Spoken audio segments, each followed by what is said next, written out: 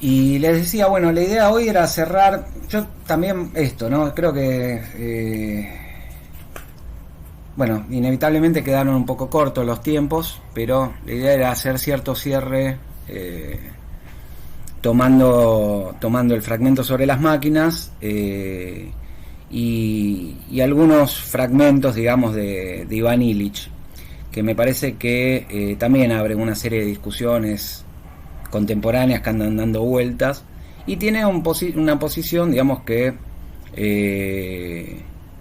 puede resultar confrontativa con ciertas corrientes o no, digamos, eso lo vamos a ver. Estoy pensando, por ejemplo, en la confrontación entre aceleracionismo y decrecimiento, digamos que sería, por ejemplo, un buen caso, digamos, para tomar a Illich como propulsor de una serie de ideas que quizás nada, puedan generar tensiones positivas. Eso habrá que ir viendo. Hay un texto, yo en realidad en términos de la bibliografía el centro está en la confidencialidad, es un libro largo, digamos, y se lee más o menos lento, o sea, yo cuando lo leí en su momento me tomé mi tiempo para leerlo.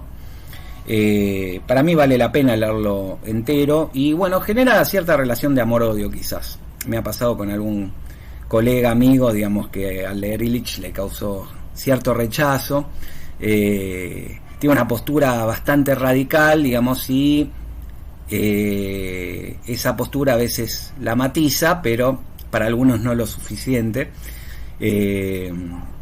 Illich, para poner en contexto, digamos, estaría, creo que esto ya lo mencioné, de hecho tiene un libro junto con Paulo Freire y está un poco en esa línea de anarquista de los 70, fines de los 70, principios de los 80, con cierta influencia, bueno, él tiene, creo que tiene estudios teológicos detrás, con lo cual es un perfil que para algunos les puede resultar conocido. A mí particularmente me resulta interesante y muy criterioso, y creo que pone sobre el tapete una serie de cuestiones que son relevantes y que, pese a cierto desarrollo que ha hecho que estas cuestiones adquirieran mayor relevancia, muchas veces no aparecen dentro del centro de la discusión. Por eso me interesaba la convivencialidad, donde aparece también la discusión más sobre los objetos técnicos, ¿no? Y cierta politicidad de los objetos técnicos, algo que nos aleja un poco de la lectura más vinculada a la teoría del valor y a aspectos económico-políticos de Marx, y nos lleva a algo que, bueno, Marx no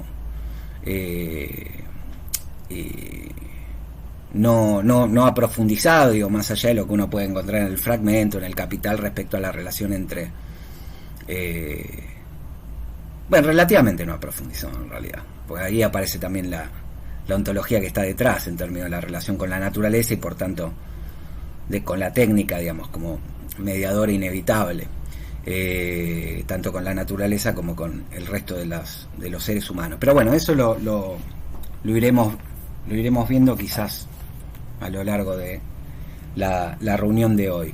Ese es un aspecto, digamos, que me parece es interesante, por lo menos marcar algunas cosas a partir de la convivencialidad.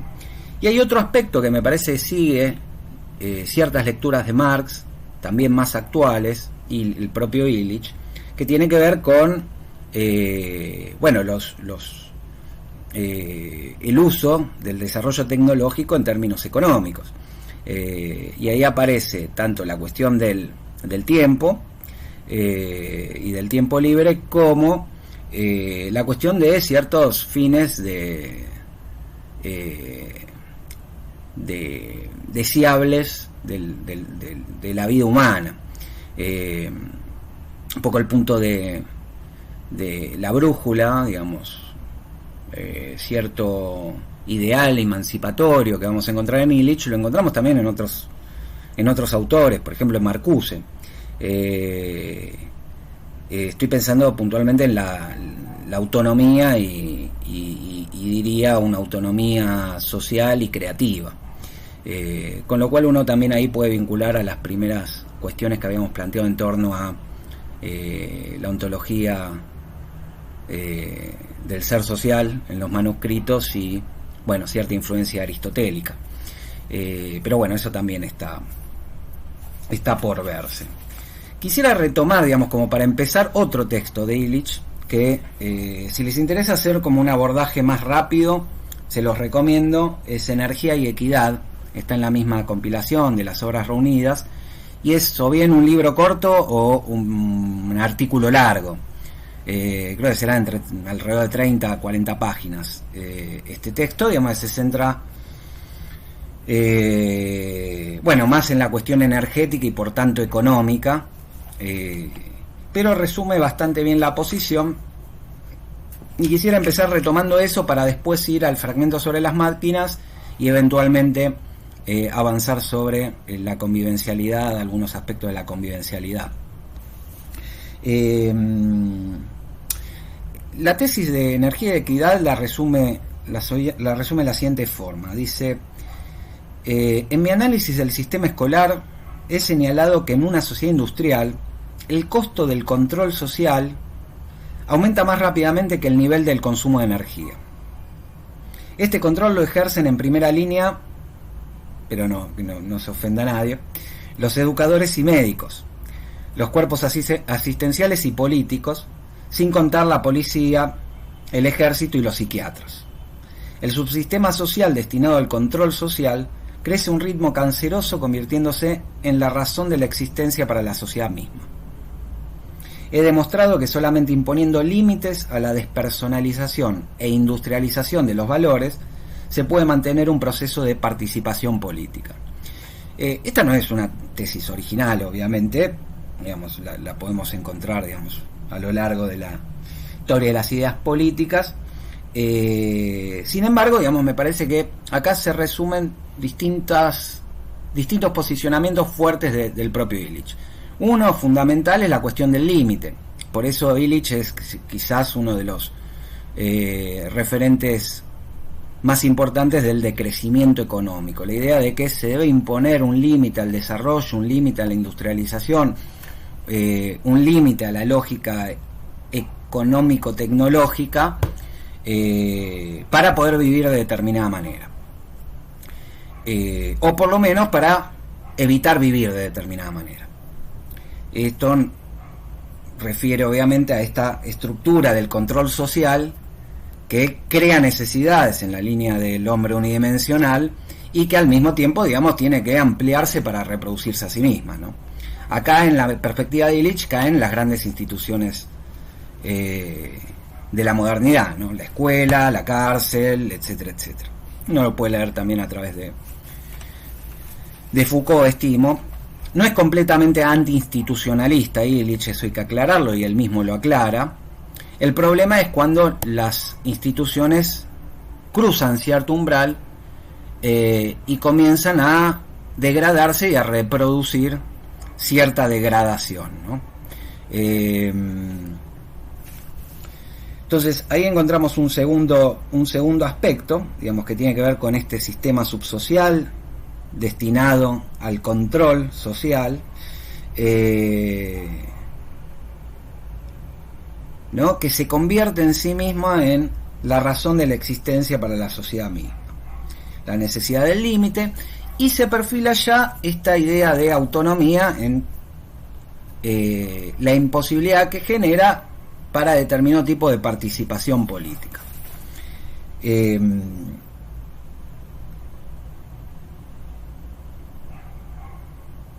Nos va a plantear también en este texto que en las sociedades modernas hay un momento en el que el uso de la energía ambiental excede en determinado múltiplo el total de la energía metabólica humana disponible, ¿no? Hace este planteo, ¿no?, de calcular en términos energéticos. Cuando se rebasa ese punto, dice Illich que los individuos y los grupos tienen que abdicar progresivamente del control sobre su futuro, es decir, pierden autonomía, y someterse siempre más a una tecnocracia regida por la lógica de sus instrumentos. Es decir, que la energía física la energía disponible, pasado cierto límite, cierto umbral, se vuelve corruptora del sistema social.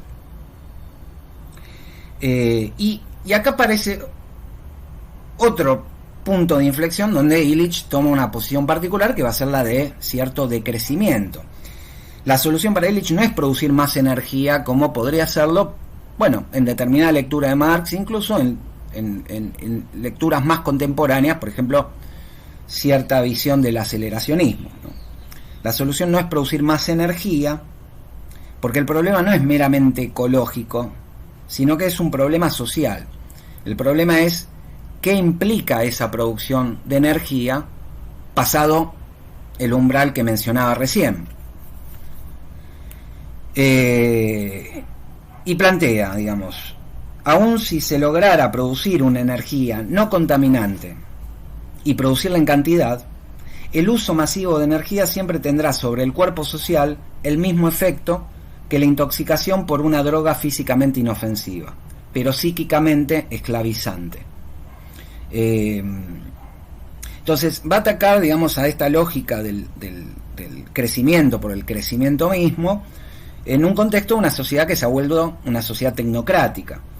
Y el planteo va a ser sencillo: para la realización de determinados ideales sociales, que hay que ver cuáles son, ya adelantamos, ¿no?, que tiene que ver justamente con esta idea de la autonomía, de la apropiación de la tecnología, digamos, etcétera, va a ser necesario limitar ese uso y esa producción energética.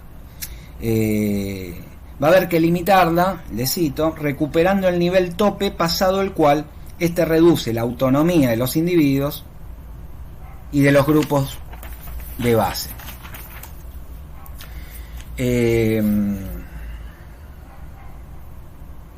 Después, en este texto, digamos, simplemente para mencionar, se va a centrar una crítica a la industria del transporte y algo que aparece también en la convivencialidad, que es la construcción de monopolios radicales. Es cuando se generan monopolios sobre determinada necesidad, ¿no? Digo, el transporte, digamos, urbano, basado en el automóvil, por ejemplo, sería un ejemplo de monopolio radical, donde se estructura, digamos, las ciudades, se estructuran las carreteras, se estructura, digamos, también, digamos, una serie de mínimos energéticos que hay que dedicar para mantener esa estructura, e imponen, digamos, sobre la necesidad, en este caso, de movilizarse en las ciudades, interurbanamente, una forma principal, si no única, de satisfacerla, ¿no? Digo, uno, por ejemplo, digamos, uno dice, ¿puede ir del conurbano a Capital en bicicleta? Digo,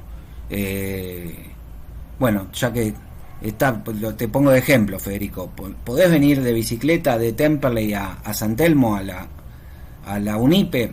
Podés, pero en realidad, si te pones a pensar, por algo no lo haces. Cuando uno se pone a pensar, bueno, vas a tener, digamos, ahí las avenidas, digamos, qué sé yo, Espora, Pavón, etcétera, digo, y es un riesgo, en principio. Segundo, vas a tardar bastante más de lo que tardaría si no estuviera estructurada la comunicación en función de el automóvil. Si no fuera el caso, probablemente podrías venir sin mayor problema, tardarías una hora quizás en andar en bicicleta, son 20 kilómetros, 22 kilómetros, menos de una hora. Pero lo cierto es que en la práctica, digamos, no podés, porque tenés riesgo de que te pasen por encima, el nivel de estrés, digamos, se te dispara, no podés ir a cualquier velocidad, tenés que seguir la velocidad más o menos no de los autos, pero digamos, más o menos, etcétera. Entonces se instala un monopolio radical en torno al automóvil. Ese es el centro de este texto, Energía y Equidad, y plantea algo interesante, que es otra de las menciones que quería hacer, porque creo que es una herramienta que se podría tomar para ensayar cierta crítica a la economía, digamos, que es pensar en términos de el costo en términos de tiempo, ¿no?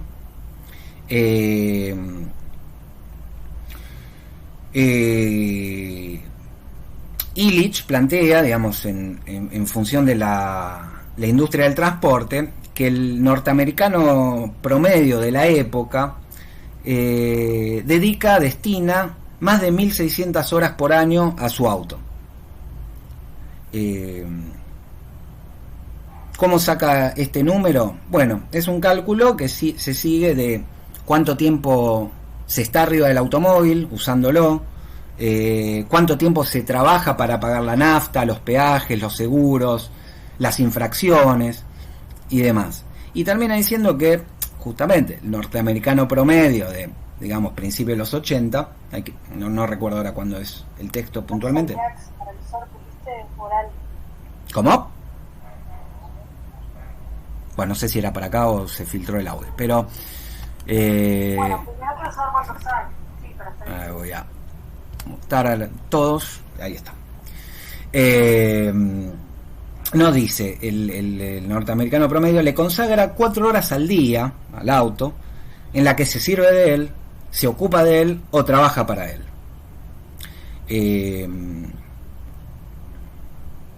Es interesante hacer el cálculo, sobre todo los que tienen auto, ¿no?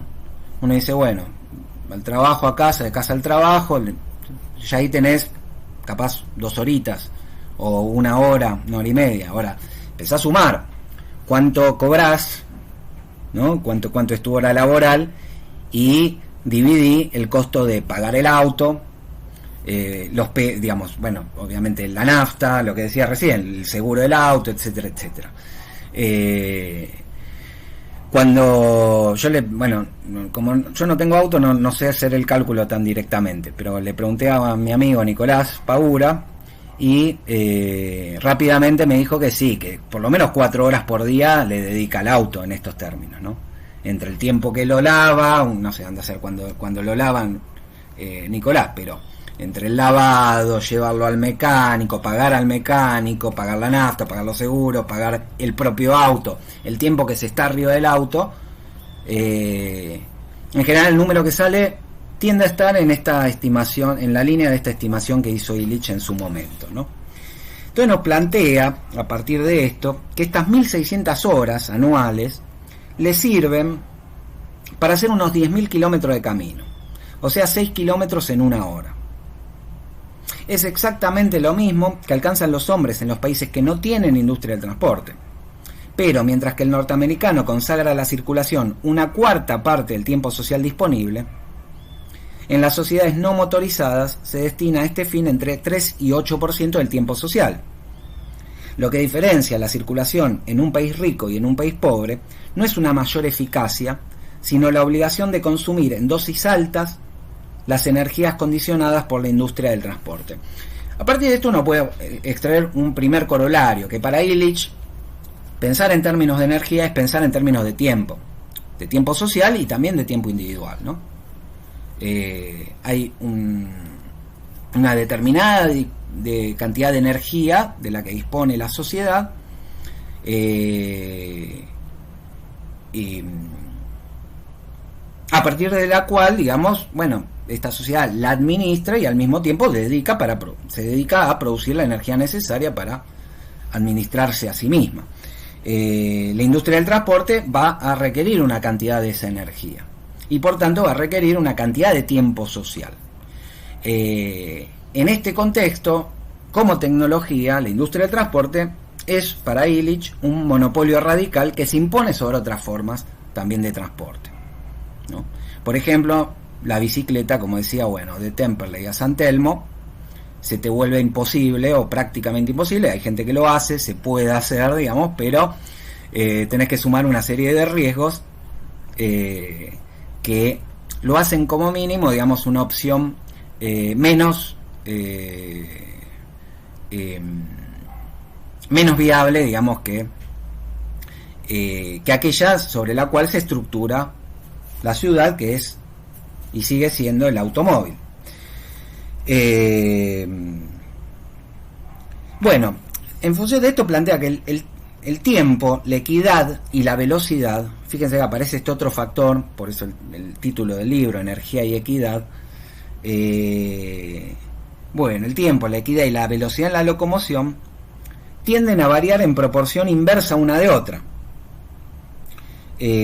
Cuando la energía requerida por el usuario rebasa cierta barrera, y aparece de nuevo esta cuestión de ese límite, el tiempo de unos cuantos adquiere un valor muy alto, en tanto se deprecia el de la mayoría de los demás. Es una cuestión también de equidad en el fondo, ¿no?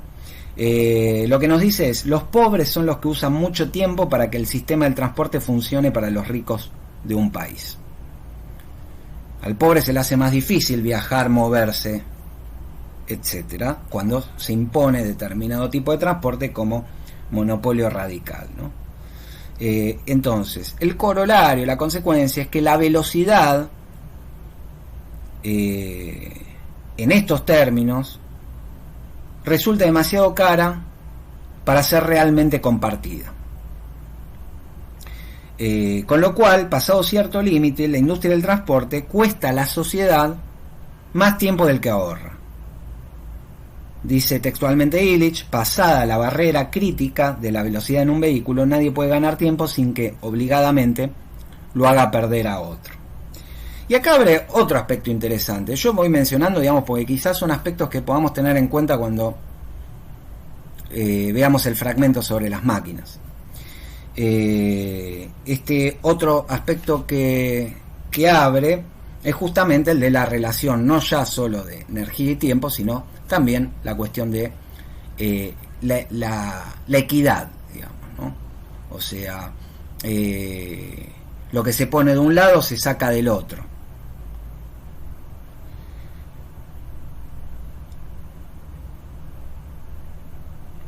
Y finalmente, y con esto cierro esta suerte de resumen de energía, equidad e introducción a las cuestiones de hoy, plantea la posibilidad, que a mí me parece una posibilidad interesante, de contabilizar el tiempo social, ¿no? Dice, la inexistencia de una contabilidad nacional del tiempo social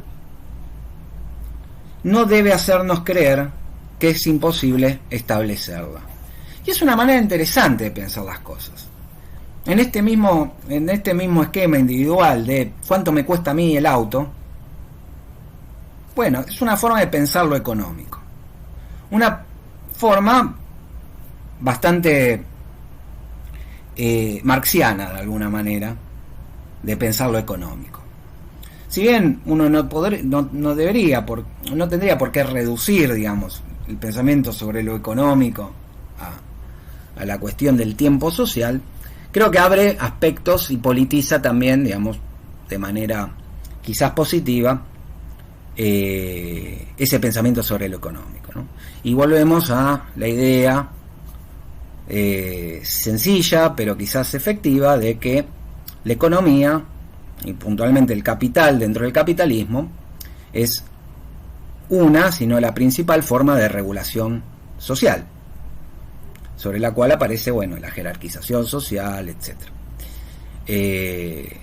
Entonces, como mínimo, uno podría, creo, estar de acuerdo con Illich, de que lo económico habla también, si se quiere, puede hablar de otras cosas, pero también habla del tiempo social, de cómo se distribuye el tiempo.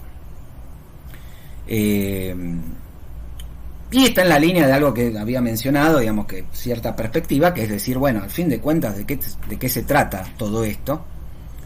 Y cuando uno fuerza las cosas, tiende a pensar que, bueno, los seres humanos como seres vitales, en última instancia lo que tienen o tenemos es tiempo, ¿no?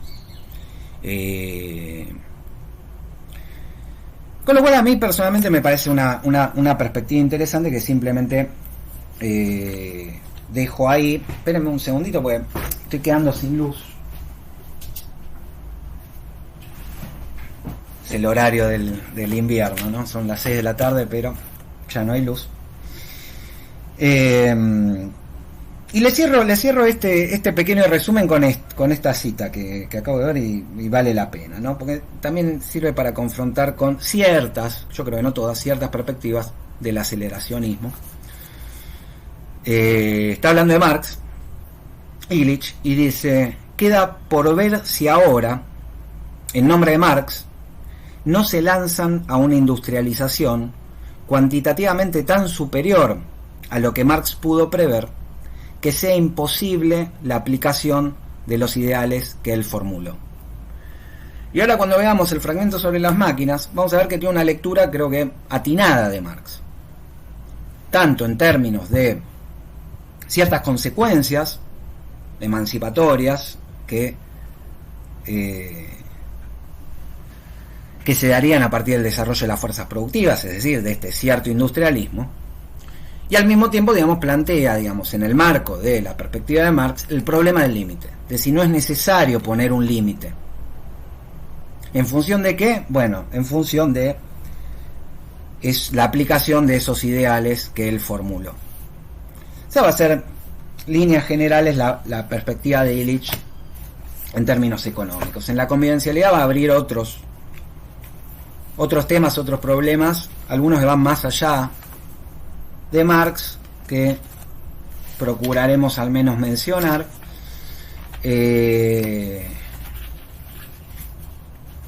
Pero bueno, por lo pronto, digamos, podemos avanzar ahora teniendo un poco en mente estas perspectivas sobre el fragmento sobre las máquinas. No sé si tienen algún comentario, algo que quieran plantear. La idea igual es avanzar relativamente rápido, digamos. No vamos a encontrar nada, creo que no encontramos ya en el Capital. Quizás aparecen sí afirmaciones más fuertes que las que pudimos hallar hasta ahora.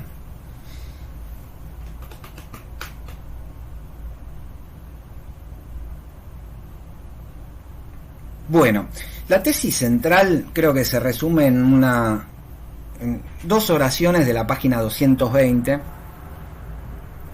que es la siguiente: el aumento de la fuerza productiva del trabajo y la negación del trabajo necesario son la tendencia necesaria del capital.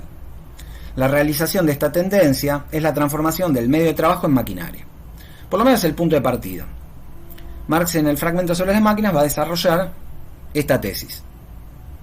Es decir, de la mano del desarrollo de las fuerzas productivas se va a dar la reducción del trabajo necesario. ¿Qué es el trabajo necesario? Bueno, es el tiempo que necesita la sociedad para reproducirse a sí misma en determinadas condiciones. El capitalismo, digamos, tiene, de acuerdo a la lógica que ve Marx, a su lógica de reproducción, la tendencia a desarrollar justamente esto, ¿no? Las fuerzas productivas y, por tanto, una creciente reducción del trabajo necesario.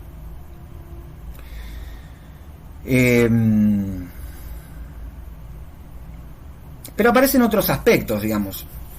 Supongo más de, bueno, ya los han escuchado mencionar, los habrán visto. Digamos, el trabajo abstracto tiende a quedar, digamos, a pasar a un lugar secundario, y el principal factor de desarrollo de las fuerzas productivas va a tener que ver con el desarrollo científico-tecnológico. Justamente, digamos, porque el centro va a ser la maquinaria. Recuerden también, digamos, las dos formas de extracción de plusvalía. La específicamente capitalista es la plusvalía relativa. La plusvalía relativa se asienta sobre el proceso de trabajo técnico.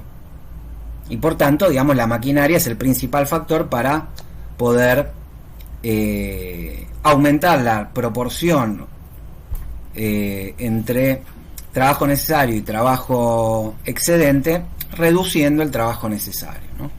La plusvalía absoluta, digamos, que apuntaba simplemente a el aumento de la cantidad de obreros o trabajadores o de la jornada laboral, amplía el trabajo excedente, digamos, sin tocar el necesario. Eso tiene un límite, y ese límite se puede superar con el cambio de proporción a partir de que en gran medida, no solamente las innovaciones tecnológicas en el interior del proceso de trabajo, es decir, el desarrollo de la maquinaria a partir de determinado nivel de desarrollo del capitalismo.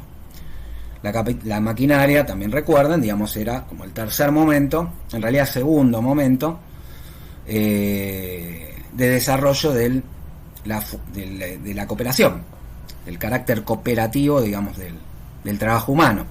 Aparecía la división del trabajo y la manufactura, digamos, como un primer momento, que eventualmente deviene en maquinaria y gran industria. Eran los 3 capítulos que para esta cuestión conviene leer, digamos, junto con el fragmento sobre las máquinas: cooperación, división del trabajo y manufactura, y maquinaria y gran industria.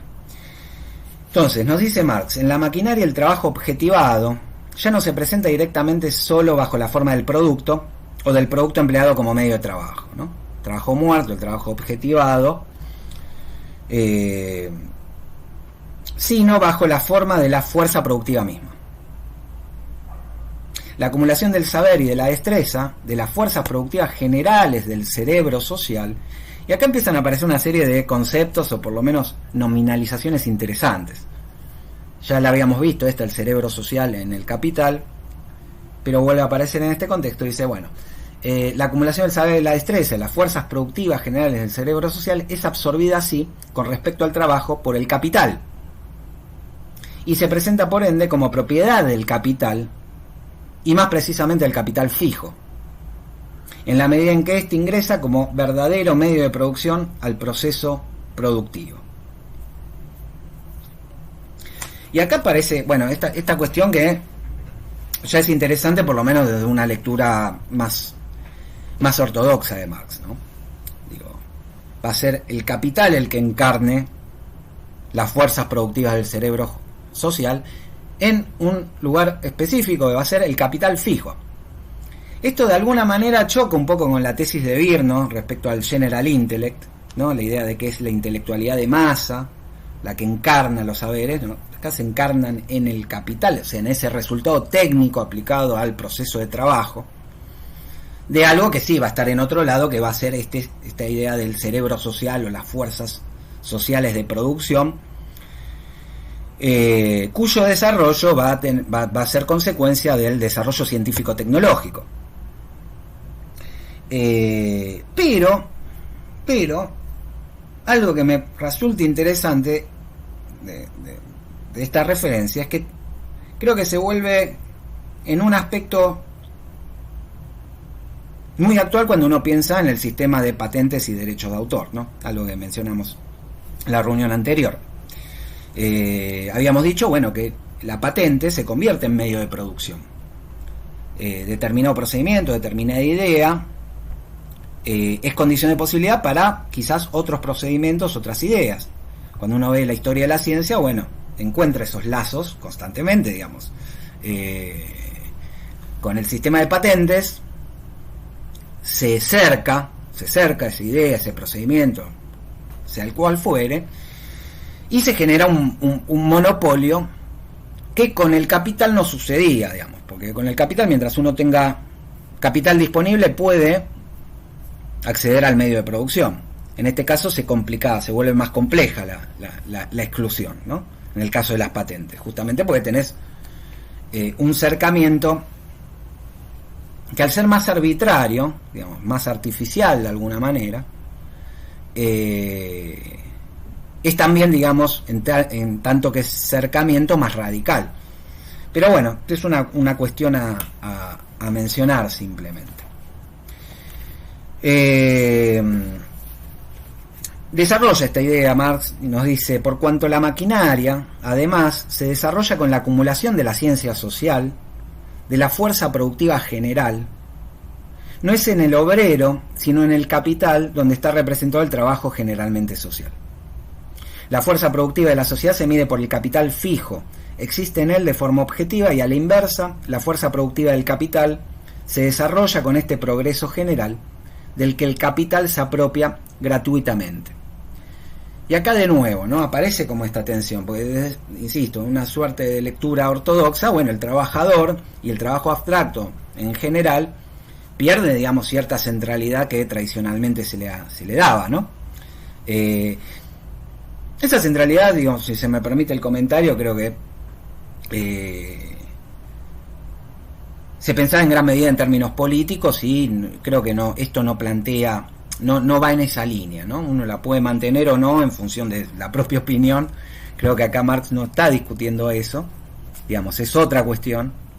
Creo que va más en la línea incluso de lo que podemos encontrar en los manuscritos respecto a la alienación, ¿no? La idea de que el trabajador se convierte en un engranaje más de la maquinaria. Digamos, se genera, digamos, un sistema, digamos, que tiene por un lado una autonomía relativa, y el trabajador, digamos, pierde de alguna manera centralidad.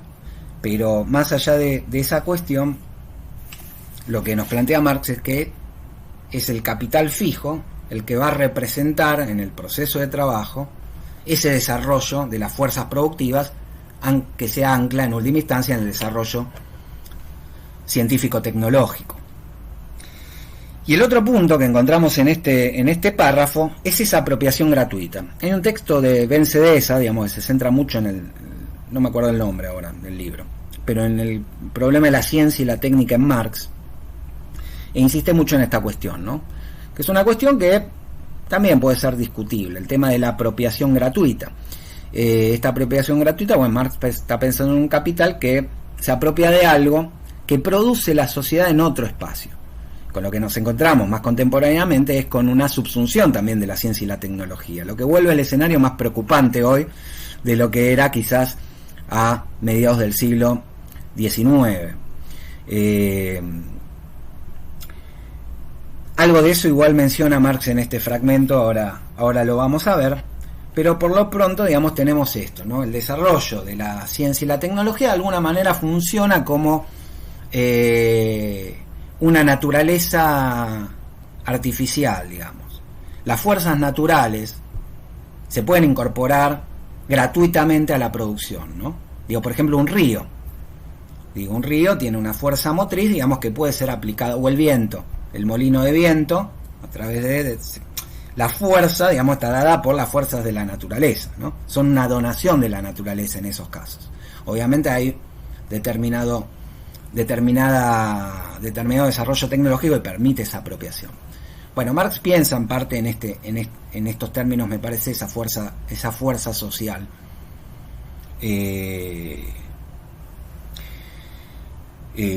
No, digamos, como fuerza que el capital se apropia gratuitamente. El desarrollo tecnológico lo que genera, digamos, es una ampliación de esos elementos básicos de automatización que ya se encuentran en la naturaleza. No sé si recuerdan, digamos, creo que fue la clase anterior o la anterior a la última, que cuando Marx planteaba, digamos, que la explotación e incluso la dominación requiere que la sociedad pueda producir un trabajo excedente, planteaba que en las sociedades que se asentaron en territorios más fértiles, de alguna manera, digamos, se desarrollaron antes, o por lo menos en base a esa fertilidad, justamente porque facilitaba el trabajo excedente las condiciones de fertilidad naturales. Egipto y el Nilo, por ejemplo, ¿no? Frente a, no sé, los Tierra del Fuego, ¿no?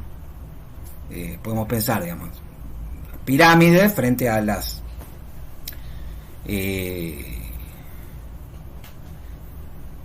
chocitas de los, ¿qué es? Los son alguien de antropo que me corrija, no sé si los indios de Tierra del Fuego, me parece eran los zonas, no, o capaz había varios, sí, me dicen, sí, bien.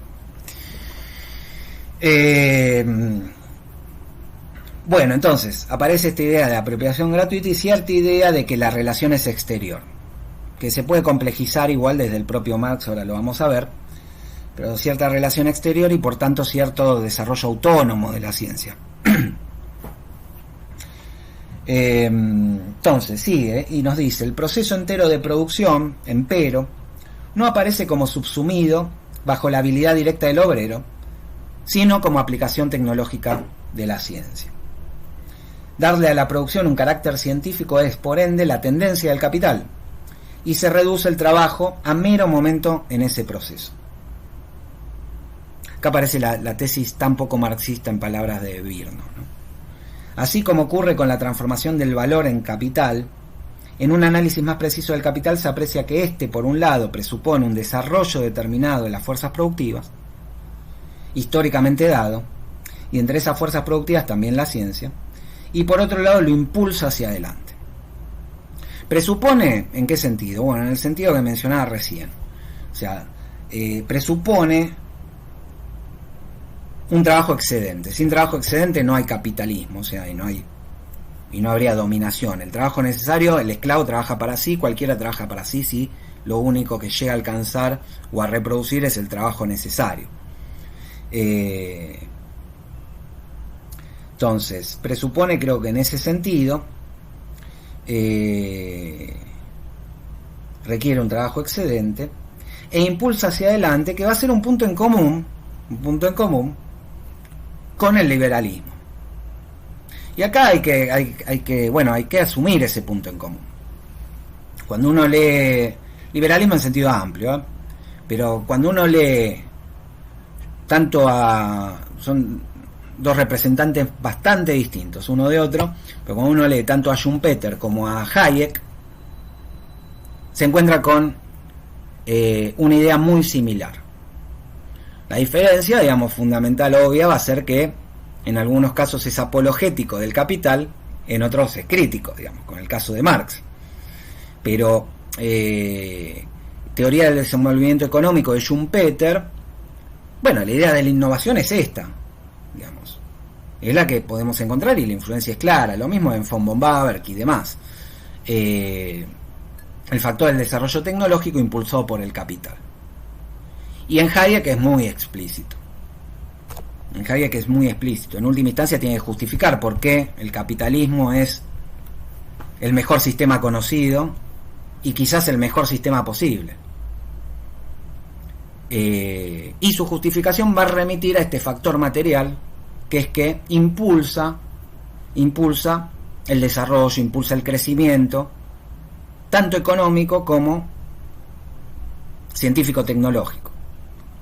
De hecho, en última instancia, algo interesante que se encuentra en Hayek es que el desarrollo económico está atado al desarrollo de las ciencias en este mismo sentido, dado que es la ciencia la que produce en primera instancia, da posibilidad a las innovaciones que después se aplican como capital fijo, digamos, o lo que fuera, al interior del proceso productivo. Y es esa asociación, digamos, es fundamental en la argumentación apologética del capitalismo. La idea de que el capital organiza lo social de tal manera que siempre se va a estar mejor que ayer, digamos, ¿no? O sea, aquí siempre se va a estar un poco mejor. Hay que ver eso, en realidad no es correcto esto. En realidad no es tanto, siempre se va a estar mejor que ayer, porque hay otras circunstancias en juego, puede pasar que no, pero siempre se va a estar lo mejor posible, porque va a generar el máximo desarrollo posible en determinadas circunstancias. Fíjense que acá no hay una orientación respecto a hacia dónde se desarrolla, ¿no? O sea, hay una idea muy abstracta en un punto y una asociación muy abstracta de el desarrollo científico-tecnológico y el desarrollo económico. Por eso es interesante, creo que traer a un Illich y otros que plantean críticas similares, porque no va a ser neutral el desarrollo científico-tecnológico para un Illich. Yo creo que tampoco para un Marx. Pero Marx lo que sí encuentra es esto, digamos, esta tendencia a la reducción del trabajo necesario. Cuando mencionamos el tema del informe del Banco Mundial, no sé si recuerdan, aparecía, digamos, esa suerte de chicana a Asimov y a Keynes, al propio Keynes. Bueno, se equivocaron en su análisis. Pensaban en una sociedad del ocio, y qué lejos que estamos hoy, 50 años después, 70 años después de esa sociedad del ocio, se equivocaron. Y lo que planteaba era, y no sé si se equivocaron, Quizás el que se equivocó fue, la que se equivocó fue la sociedad en general, en cómo organizó las cosas. Porque las condiciones son perfectamente consistentes con la de una sociedad del ocio. La diferencia es que nos encontramos con determinados porcentajes de desempleo, de desigualdad, de pobreza, que suplen, digamos, a ese ocio que preveía un Asimov o un Keynes, ¿no? Y eso tiene que ver, obviamente, con la reducción del trabajo necesario.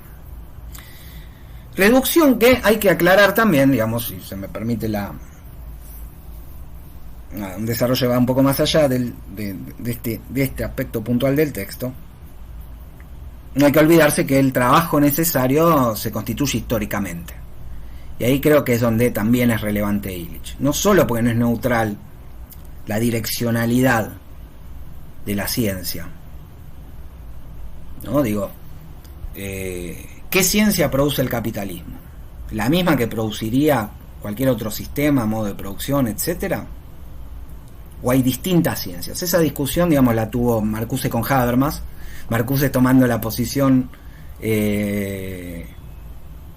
más illichiana, y Habermas la que abogaba por cierta neutralidad de la producción científica tecnológica. Más allá de eso, esa es una cuestión. La otra es que el trabajo necesario también está históricamente dado, ¿no? Digo, el trabajo necesario, aquello que necesita la sociedad para reproducirse, en un momento dado es X, pero en otro momento dado es Y. O sea, así como se reduce la cantidad de tiempo necesario para reproducirse a la sociedad, también se puede modificar, digamos, ese propio trabajo necesario. O sea, se amplían determinadas necesidades, se va a requerir, digamos, más tiempo, digamos, para satisfacerlas, ¿no? No es lo mismo que vivamos en casas de un ambiente de 3, digo que el promedio, ¿no? En general, digamos, sea de un ambiente, de 3 ambientes o mansiones, por poner un ejemplo medio tonto. Con lo cual ahí se abre también una cuestión a la discusión. Ahora, en todo caso, digamos, podemos ir viendo. En cualquier caso, tenemos este punto en común, digamos, que creo que hay que asumir como punto en común y ver, en todo caso, las divergencias, las diferencias de posicionamiento y demás, que es este impulso hacia adelante, ¿no?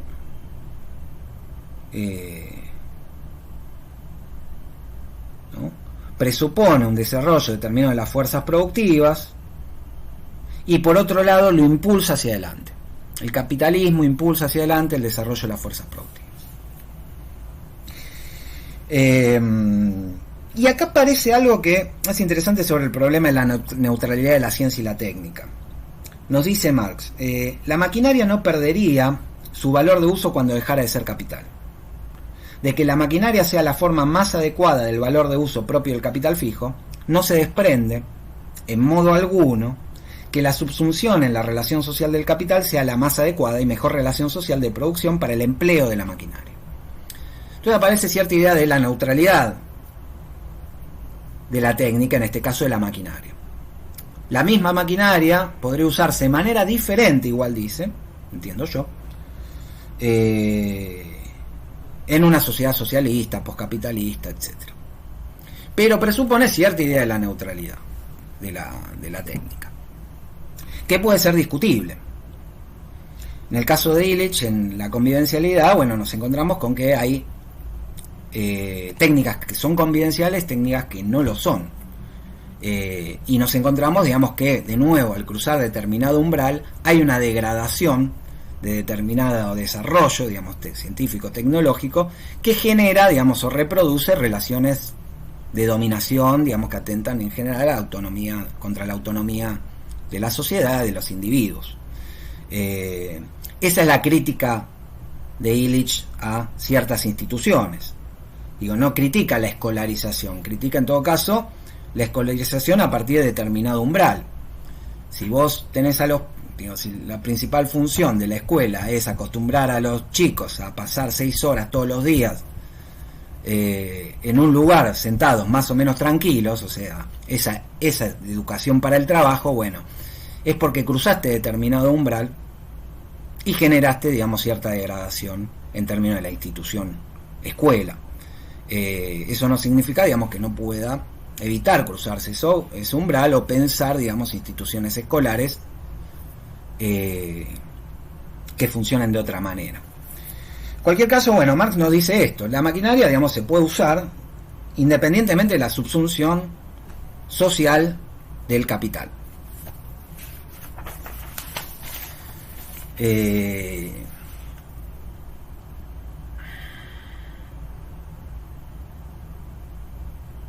Bueno, y aparece una ampliación de la idea del trabajo productivo que va del obrero individual al obrero social.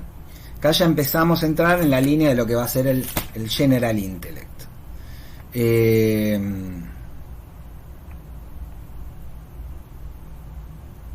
No, en la medida en que el tiempo de trabajo, el mero cuánto de trabajo, es puesto por el capital como único elemento determinante, ¿no? Esta es la lectura más tradicional, desaparece en el trabajo inmediato y su cantidad como principio determinante de la producción, de la creación de valores de uso. Fíjense, ¿no? Vuelve a aparecer esa idea del trabajo productivo basada en la producción de valores de uso y no solo en la producción de plusvalía. En la misma medida, el trabajo inmediato se ve reducido cuantitativamente a una proporción más exigua y cualitativamente un momento sin duda imprescindible, pero subalterno frente al trabajo científico general, a la aplicación tecnológica de las ciencias naturales por un lado, y por otro frente a la fuerza productiva general resultante de la estructuración social de la producción global, fuerza productiva que aparece como don natural del trabajo social, así como determinadas fuerzas productivas aparecían en determinado momento, digamos, como don natural de la naturaleza, ahora aparece como don natural del trabajo social, ¿no? Recuerden también la idea del obrero social, de esa magia del trabajo humano, digamos, que se da a partir de su carácter cooperativo, la fuerza de masa, digamos, hay un plus, hay el todo, digamos, es mayor que la suma de las partes. La fuerza productiva del trabajo social es mayor que la sumatoria individual de los trabajos añadidos simplemente. ¿Por qué? Por ese efecto, digamos, de la cooperación, que es la fuerza de masa, ¿no? También en la reunión pasada le ponía, digamos, como para pensar, bueno, de cuánto hablaríamos si quisiéramos pensar el potencial de la fuerza productiva de la especie humana. Y si uno pensaba en términos de tiempo y de tiempo anual, decíamos, bueno, 7.000 millones de habitantes disponen de un año de vida cada año que pasa, entonces la fuerza potencial de la especie humana por año, podríamos tener esa referencia, digamos, como para empezar a pensarla, que es la de 7.000 millones de años por año.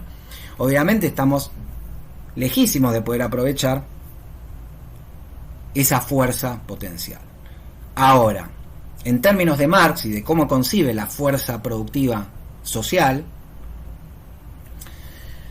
si se pudiera organizar esa potencialidad de tiempo de una determinada manera, sería mayor que de 7.000 millones de años individuales, ¿no? Porque en esa organización del trabajo social aparece este factor, digamos, que es la fuerza social como resultado de la cooperación. Es mayor todavía. No es simplemente, digamos, la sumatoria individual. Bueno, acá aparece un poco eso de fondo en términos de el lugar que se le da al trabajador individual en el proceso productivo a partir de determinado desarrollo de las fuerzas productivas. Y lo que empieza a primar es la fuerza social del trabajo, que va a estar dada obviamente por el desarrollo científico-tecnológico y su aplicación al interior del proceso productivo.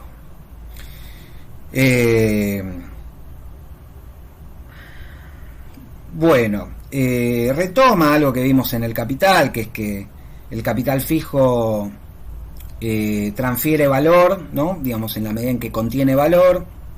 Y agrega en la medida en que aumenta la proporción entre el plus trabajo y el trabajo necesario, ¿no? Digamos, que actúa, digamos, en términos de lo que sería la plusvalía relativa. Perdón, acabo de tirar mi café.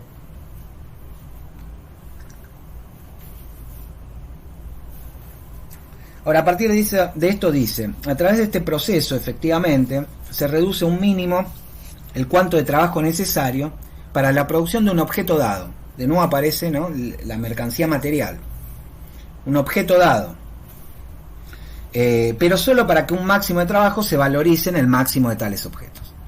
El primer aspecto es importante porque aquí el capital, de manera totalmente impremeditada, reduce a un mínimo el trabajo humano, el gasto de energías. Esto redundará en beneficio del trabajo emancipado y es condición de su emancipación. Entonces, a partir de esta cuestión podemos pensar dos cosas. Primero, bueno, lo que acá Marx plantea explícitamente, las condiciones de la emancipación. Y segundo, digamos, lo que está presupuesto. ¿Qué entiende Marx por emancipación? En principio lo que podemos decir es liberarse del trabajo necesario lo más posible. Pero solo en principio, porque después cuando andamos, sabemos ya, digamos, pues tenemos presentes los manuscritos del 44 y vimos las referencias directas que aparecían en el Capital, que Marx tiene una concepción del ser humano donde el trabajo es lo que lo vuelve tal, ¿no? El ser humano se define por el trabajo como actividad libre y consciente. Y ahí es donde uno empieza a encontrar, digamos, determinada concepción del trabajo humano, más allá del trabajo impuesto en el marco del capitalismo, del esclavismo, de las sociedades feudales, ¿no? Ahí es donde se vincula, digamos, cierta ontología de juventud con cierto ideal de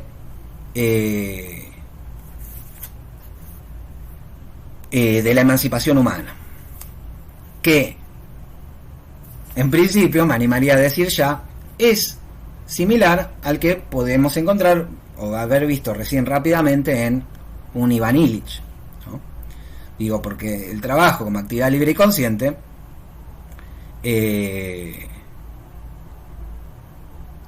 es tranquilamente una definición de autonomía humana que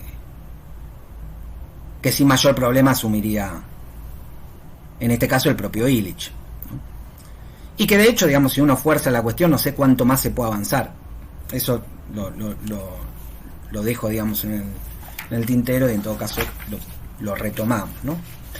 Pero bueno, tenemos entonces esta cuestión, ¿no? Digo, reduce al mínimo el trabajo humano, el gasto de energías, lo que redundará en beneficio del trabajo emancipado y es condición de su emancipación. Entonces, a partir de esto, frente a la creciente importancia de la ciencia, en términos de su vinculación con la producción, dice lo siguiente: las invenciones se convierten entonces en rama de la actividad económica y la aplicación de la ciencia a la producción inmediata misma se torna en un criterio que determina e incita a esta. Y acá aparece algo, digamos, se reduce esa idea de exterioridad, ¿no? Aparece una idea quizás más contemporánea de la relación entre economía y ciencia, donde la economía, de alguna manera, la economía capitalista, de alguna manera,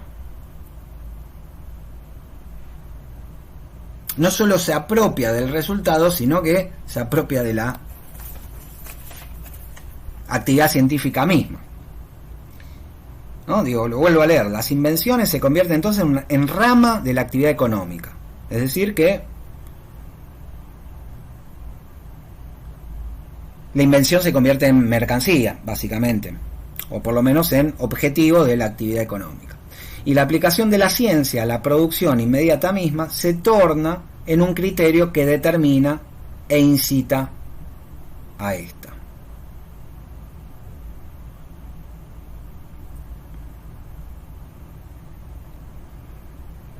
Eh, Algo de esta idea creo que la toma el aceleracionismo. No está bien hablar del aceleracionismo en general, pero creo que tampoco está del todo mal. Después se pueden encontrar las particularidades en otros desarrollos que son independientes, ¿no? A los propiamente aceleracionistas que encontraban algunos de sus representantes, digo, ¿no? Por ejemplo en Negri o en Lazzarato, que tienden a parecer vinculados, pero bueno, no importa. El punto es que creo que el aceleracionismo va a tomar, por lo menos en parte, esta idea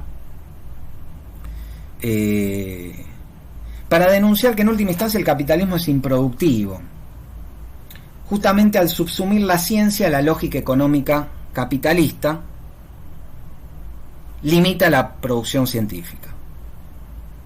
Eso, ojo, desde determinada perspectiva aceleracionista, es la que haría yo personalmente, ¿no? Digo, en la misma línea en la que veíamos en el caso del código abierto, el software libre, bueno, la idea de que la información quiere ser libre, digamos, esa batalla por la en torno a la noción de productividad, la idea de que la patente, el derecho a autor limita la producción de ciencia al generar los cercamientos e impedir, digamos, ese contagio, digamos, esa socialización, digamos, que debería incentivar que las ideas se produzcan más profusamente. En una línea similar uno podría plantear, digamos, que subsumir la producción científica a la lógica económica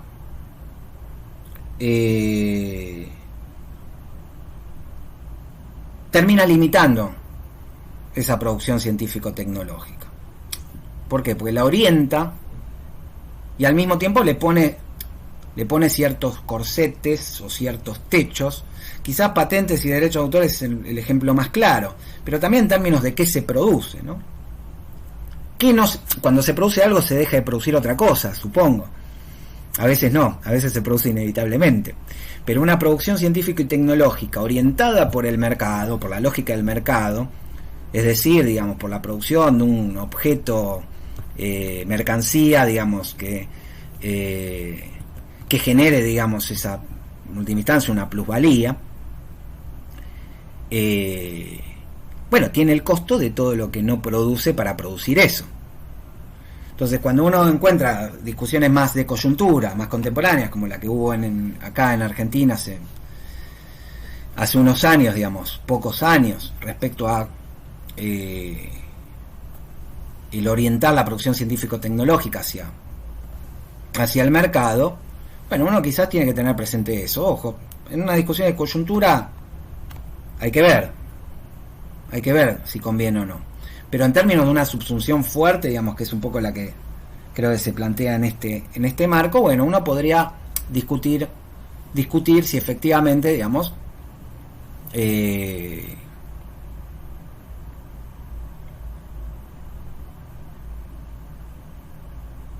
digamos, genera una lógica, digamos, lo más productiva posible. Y ahí aparece una serie de cuestiones. Primero, ¿qué es lo productivo? De nuevo, en función de qué lo medimos. Si lo medimos por los valores de uso, es decir, la riqueza material. Si lo medimos por el desarrollo de las fuerzas productivas, es decir, el propio desarrollo científico-tecnológico. O si le medimos por la plusvalía y la obtención de un diferencial en la ganancia. Yo creo que uno podría sostener esa idea y, sin embargo, seguir sosteniendo. Hay que ver si Marx, uno lo puede encontrar en el propio Marx, pero sostener esa idea de que esa subsunción al capital de la producción científica tecnológica es improductiva, y seguir sosteniendo la tesis del fragmento, que es que eventualmente, digamos, se sigue generando una reducción del trabajo necesario. Lo que pasa que es más lenta de lo que podría ser eventualmente, calculo, no sé, habría que ver. Pero no necesariamente son dos cuestiones contradictorias, ¿no? Yo tiendo a pensar que uno lo puede pensar en estos términos y hacer esta crítica en términos de productividad, porque ese ideal de autonomía, ese ideal emancipatorio, debería de alguna manera liberar las fuerzas creativas de la humanidad. Y en ese sentido, el poscapitalismo, o el socialismo, el comunismo, lo que fuera, que apareciera como resultado de una verdadera emancipación, le competiría, no solo le competiría, sino que le ganaría al capitalismo en términos productivos. Obviamente eso depende mucho de cómo se va a definir lo productivo, pero si es en términos de la producción científica y tecnológica, creo que la apuesta de Marx sería que le pasaría el trapo, ¿no? Esa liberación, si se quiere, de las ciencias, las artes, de la producción científica, artística, tecnológica, etc. Es objeto de discusión. De hecho, yo creo que es uno de los puntos centrales, de la relación que se da en términos de ciencia y economía con los inicios de la modernidad, porque al fin de cuentas tenemos el salto, el increíble salto en la producción científica tecnológica que se da con la ciencia moderna, que va de la mano con el nacimiento del capitalismo en un punto. Ahora, ¿qué alimentó qué? ¿O una retroalimentación que es necesaria para mantener determinado nivel de desarrollo de la fuerza productiva, la producción de ciencia y tecnología o no? Son todas cuestiones que no son fáciles, digo, ¿no? O sea, a ver, nosotros nos encontramos efectivamente del siglo XVI en adelante, se empieza a dar, digamos, y sobre todo en el XIX, digo, un avance científico-tecnológico nos lleva, digamos, pero de siglo a siglo, digamos, mundos completamente distintos. Justamente ayer hablaba con un amigo, digamos, un amigo que es químico y es biólogo, y para él el desarrollo de la ciencia, digamos, estaba movilizada, digamos, por la búsqueda de capital. Y no es fácil discutir, digamos, a ver, no es evidente que no sea así.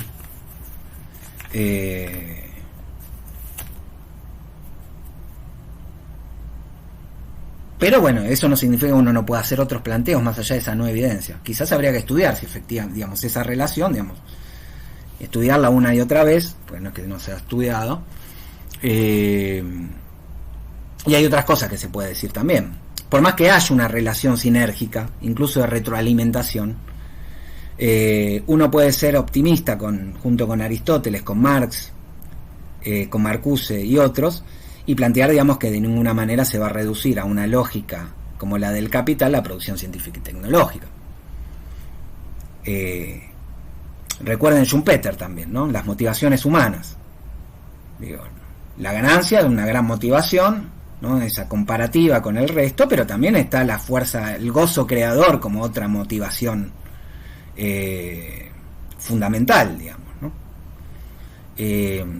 Y obviamente, bueno, nada, o sea, también el desarrollo tecnológico requiere cierto capital en un sentido amplio, es obvio eso, en fin. Es una cuestión compleja, pero creo que es central. Es central, digamos, porque tanto uno de los mayores argumentos para hacer la apología del capitalismo como para hacer la crítica del capitalismo se centra en esa relación. Digo, si uno además, piensen que si uno dijera, bueno, el escenario poscapitalista es un escenario de felicidad primitiva, digamos, donde volvemos a enamorarnos de nosotros mismos, viviendo en chozas y nada, relacionándonos amorosamente con la naturaleza. Bueno, yo creo que no se convencería mucho como para llegar a esa instancia. Pero bueno, yo personalmente tiendo a participar de cierto optimismo respecto a que no creo que sea ni la principal motivación ni mucho menos la única el ansia de riqueza, digamos, para que el ser humano haga lo que hace. Y de hecho, cuando uno ve también muchos casos individuales, digamos, uno sabe la producción artística, científica, creativa en general, tiende a sentarse, digamos, en otro tipo de motivaciones. Eso no significa, bueno, nada, que en términos más sociales, institucionales, etcétera, se dé una sinergia o se haya dado una sinergia, porque efectivamente para determinadas inversiones necesitan plata, es decir, capital, y bueno, en determinado contexto era el capitalismo el que fue como el factor ordenador de ese capital. Digo, al fin de cuentas, ¿qué es el capital? Tiempo social. Entonces la sociedad, para desarrollar determinada idea y aplicarla técnicamente, bueno, tiene que destinar parte de ese tiempo social a ese desarrollo. Que sea bajo la lógica de la maximización de la rentabilidad para obtener una ganancia pecuniaria, bueno, no es la única lógica posible, eso seguro. Después, bueno, es especulación en todo caso, hay que ver. Pero bueno, ahí hay un tema, me parece, hay un tema central, y quizás uno puede leer el fragmento también en esta línea. No sé si ahí alguien había levantado la mano, no sé si fue como... Ah, sí, Juan Pablo. Sí. No, Ariel, la disyuntiva es muy compleja porque, en efecto, yo diría que la categoría es de resistencia, y sería de resistencia individual. O sea, un asunto social, como lo planteas, son de colectivos que apuestan por otra perspectiva. El mismo Luis, con el colectivo con el que él trabajó, tomó una alternativa de pensamiento y de acción distinto, con el cual también peleó con las instituciones, pues porque él estuvo centrado en las instituciones universitarias con una lucha de resistencia a una serie de cosas. Entonces eso es un asunto de resistencia, porque el sistema como está, romperlo para la sociedad en general no se ve viable. Sí, bueno, eso nos lleva a la cuestión política, ¿no? Y ahí, bueno, me parece que se abre toda otra serie de cuestiones, digamos, que también son interesantes. Digo, ¿qué es lo que hace una resistencia? Digamos, ¿cuáles son las condiciones, digamos, de la resistencia? La pregunta Foucaultiana. Remite, bueno, la resistencia a la práctica de la libertad. Ahí aparece ya cierta idea que trata de ser positiva. ¿Qué consiste una práctica de la libertad? ¿Por qué se puede constituir como práctica de la libertad? ¿Y en qué medida, digamos, se puede ejercer esa práctica de la libertad en algo que devenga una resistencia? Digo, algunos elementos conceptuales, digamos, aparecieron a lo largo del seminario, si bien no los desarrollamos, ¿no? Pero, digamos, yo también creo que fue en la última reunión, anteriores, donde parecía, digamos, cierto quizás carácter disruptivo de determinadas prácticas, tecnologías, etcétera. Uno dice, bueno, disruptivo en función de, si se quiere, determinadas lógicas sistémicas. Pero bueno, la cuestión política me parece que, bueno, uno no la... Yo creo que hay esto también lo hemos charlado, hay un problema cuando se le quiere exigir a un análisis, sea cual fuere, pero un análisis teórico, por ejemplo, que haga predicciones políticas o se presente como un manual para la acción que funcione cuando se aplica a la realidad. Eso no... Es como, muchas veces, cuando, sobre todo los que leemos la teoría política de una perspectiva que le gustaría que fuera emancipatoria, tendemos a encontrarnos con ese que creo que es un vicio a veces. Ojo, está bien preguntarle, exigirle un texto, bueno, ¿qué propone? ¿Hacia dónde hay que ir?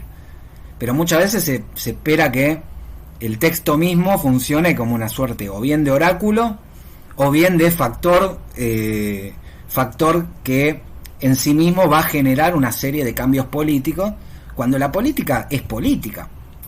La política es práctica política de individuos, asociaciones, grupos haciendo política, en sentido amplio si quieren. Está la política en las aulas, la política en el barrio, la política en las estructuras, en distintos tipos de estructuras, autónomas, institucionales, etcétera. Pero todo eso es política, es hacer concreto que se tiene que realizar concretamente. No hay ningún libro, digamos, un libro puede generar influencia como fue El Capital, pero no es ni un oráculo, no es ni un manual para la acción en términos de hago esto, entonces la consecuencia va a ser la revolución. Eso no existe, ni va a existir nunca. Entonces el aspecto político, bueno, nos lleva a otra discusión, que es la de, yo qué sé, ciertos análisis, por un lado, respecto a cosas que se hacen, que se pueden hacer, y que podrían generar ciertos efectos, o una discusión también sobre los límites, digamos, que se encuentran en determinado momento dado. Pero muchas veces creo que hay que separar también, ¿no? Digo, también es la típica, bueno, todo muy lindo, pero esto no se va a hacer. Y bueno, si no se hace, ¿qué querés que te diga? Es como lo que decía del banco, el informe del Banco Mundial respecto a Keynes y Asimov. Los tipos no estaban equivocados, Keynes y Asimov. Digo, decidieron no hacer lo que para ellos era sentido común. Si reduzco el trabajo necesario, bueno, la sociedad cómo se va a organizar, y en función de una mayor cantidad de ocio. ¿Por qué? Y porque es medio obvio que debería organizarse de esa manera, salvo que seamos todos unos o que la sociedad elija reproducir la desigualdad, y elige reproducir la desigualdad. ¿Se equivocaron los tipos? No, se equivocó la sociedad en todo caso. Y ahí que primo factor político. Se decidió hacer otra cosa, se terminó haciendo otra cosa. Quizás no se decidió, digamos, la sumatoria de ellas. Bueno, complicado ver cómo funciona a grandes niveles el mundo, pero lo cierto es que se hizo otra cosa. Y eso es cuestión política, digo, lo que se decide hacer. Pero bueno, yo creo que acá uno, a partir de este texto de Marx, creo que uno encuentra una serie de elementos respecto a, bueno, qué podría ser disruptivo y qué podría ser, digamos, ese ideal emancipatorio. Y al mismo tiempo,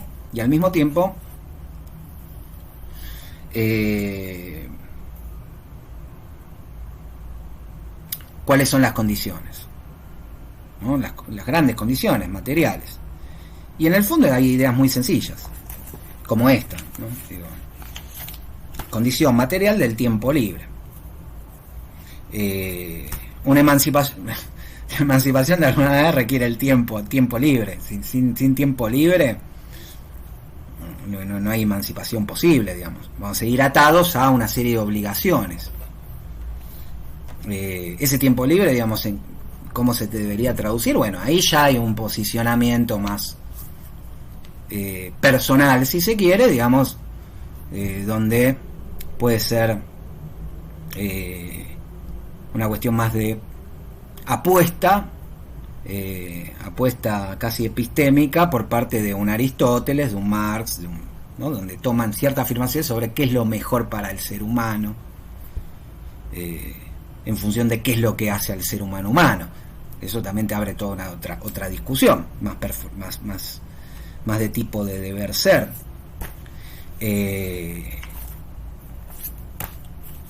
Que ahora en todo caso la podemos retomar.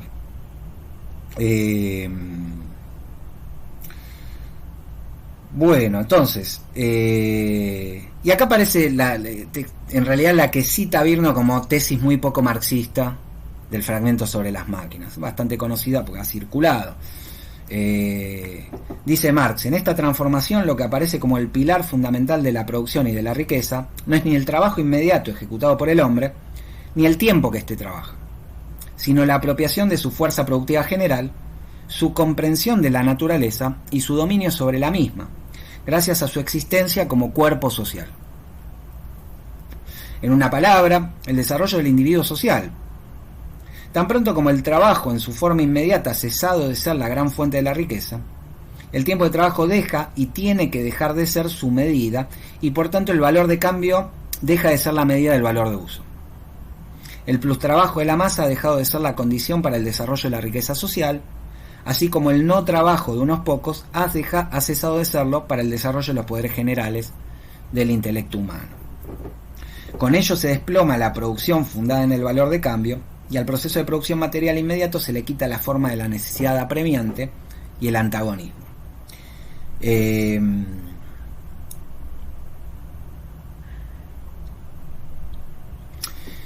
Insisto, a mí me resulta interesante, digamos, tener presente esta idea, ¿no?, del cuerpo social, ¿no?, su existencia como cuerpo social. También porque a partir de una idea como esta aparecen otros derechos sobre lo que produce la sociedad en su conjunto, ¿no? Ya se aleja un poco del ideal de la acumulación originaria de la economía política, ¿no?, la laboriosidad individual como punto de partida.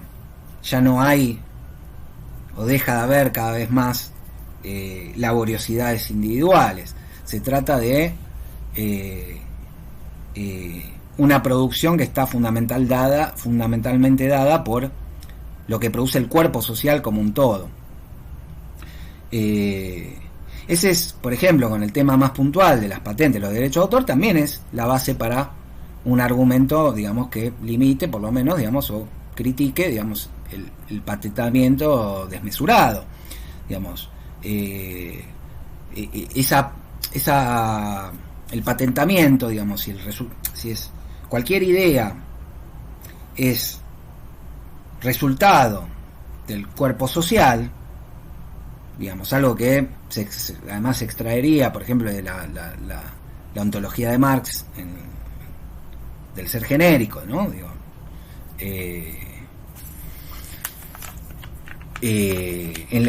digamos, o sea, toda producción es, ahora cierro bien la idea, perdón, ¿no? Pero ahí toda producción es resultado de la colectividad, o sea, de la relación de los individuos entre sí, colectivamente, digamos, con los coetáneos, los contemporáneos, y con las generaciones pasadas.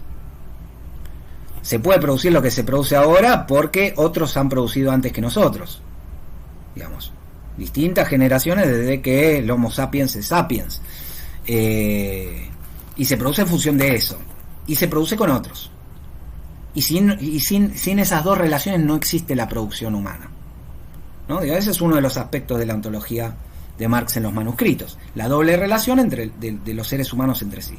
Después aparece una doble relación con la naturaleza, que la dejamos de lado, pero tomando la relación de los seres humanos entre sí, tenemos esta doble relación. Con lo cual, digamos, la apropiación privada, bueno, es el comer una porción de eso producido por el cuerpo social. En el caso de la patente, digamos, y los derechos de autor, aparece quizá todavía más, de forma más manifiesta, donde si yo digo, esta idea es mía, este procedimiento es mío, y pongo un límite a algo, primero, que está basado en todas las ideas previas que la hacen posible, y al mismo tiempo genero un cerco en torno a esa idea, digamos, donde limito el funcionamiento, digamos, de ese cuerpo social. Con lo cual ahí uno puede plantear una suerte de crítica social de la propiedad intelectual. Por otra parte, dice Marx, bueno, el centro pasa a ser este. Y uno de nuevo puede encontrar, digamos, que es un buen fundamento para la descripción de coyuntura que uno encontraba en el informe del Banco Mundial, ¿no? De nuevo, sentido común. Si hay desempleo es porque se necesita menos trabajo. Se necesita menos trabajo es porque hay una maquinaria que funciona, una maquinaria social, si quieren, digamos, que funciona, digamos, mejor de lo que venía funcionando, de alguna u otra manera.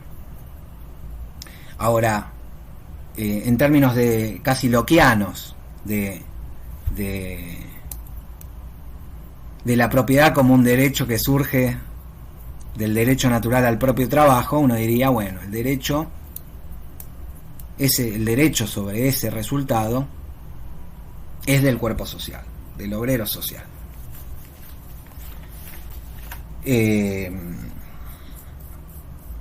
¿No? Y por el otro lado, bueno, aparece esta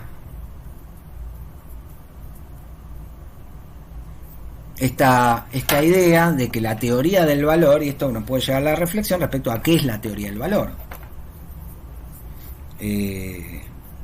¿No? El valor de cambio deja de ser la medida del valor de uso. Después dice un poco más adelante que la teoría del valor salta por los aires. Pero antes de llegar a eso, una cuestión sobre la emancipación que plantea a continuación. Dice lo siguiente, y acá empieza a aparecer también, digamos, es interesante que en este contexto de nuevo aparezcan ciertos elementos que permiten definir la emancipación humana. Desarrollo libre de las individualidades y por ende no reducción del tiempo de trabajo necesario con miras a poner plus trabajo, sino en general reducción del trabajo necesario de la sociedad a un mínimo, al cual corresponde entonces la formación artística, científica, etcétera, de los individuos, gracias al tiempo que se ha vuelto libre y a los medios creados para todos. Y acá nada, de nuevo tenemos el ideal de una sociedad del tiempo libre. Digamos que no es simplemente, bueno, nada, como ya habíamos mencionado, tiempo disponible tirado ahí, que no sabemos bien qué hacer con eso, sino generado en determinadas condiciones que permitan el desarrollo libre de las individualidades, ¿no? Al que le correspondería la formación artística, científica, etcétera. ¿Qué habría en ese etcétera? Bueno, la formación social, si quieren, digamos, si volvemos a Aristóteles, ¿no? Digo, la vida contemplativa, que sería la artística, científica, etcétera, la vida política y la vida social.